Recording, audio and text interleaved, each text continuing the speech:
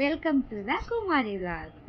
మన ఛానల్ ఎవరైనా కొత్తగా చూస్తున్నట్టయితే లైక్ చేయండి, షేర్ చేయండి అండ్ సబ్స్క్రైబ్ చేయండి.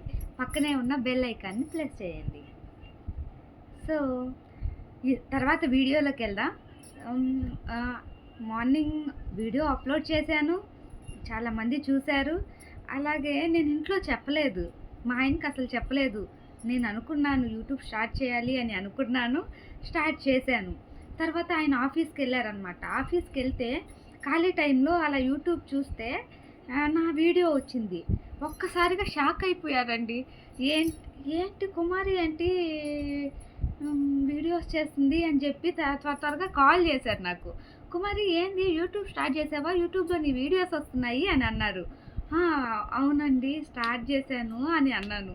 అప్పుడు మా ఆయన నుండి చాలా బాగా చేసావు, చాలా బాగా మాట్లాడావు, ఎవరేమన్నా పట్టించుకోవద్దు, నీకంటూ నువ్వు స్టాండ్ తీసుకో అని చెప్పారండి.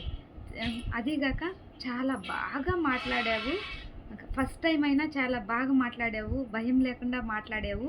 సో నువ్వు ఫస్ట్ స్టాండ్ తీసుకున్నావు, దాని మీదే నిలబడు, ఎన్ని అడ్డంకులు వచ్చినా కూడా దాన్ని నువ్వు ఇంప్రూవ్ చేసుకో, ఏమైనా తప్పు జరిగినా కూడా ఇంప్రూవ్ చేసుకొని నీకంటూ ఒక గుర్తింపు తెచ్చుకో అని చెప్పారండి.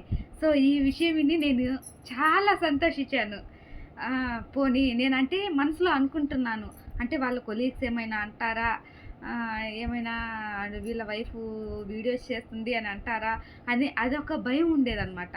కానీ హస్బెండే అలా సపోర్ట్ ఇచ్చినప్పుడు మనం చాలా హ్యాపీగా ఉండొచ్చు, హ్యాపీగా వీడియోస్ తీసుకోవచ్చు, మీతో షేర్ చేసుకోవచ్చు.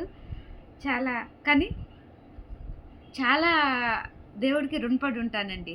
ఎందుకంటే నాకు ఈ ప్లాట్ఫామ్ మీద అంటే యూట్యూబ్ చేయాలని ఆయన వల్లే నేను ఇలా ఉన్నాను.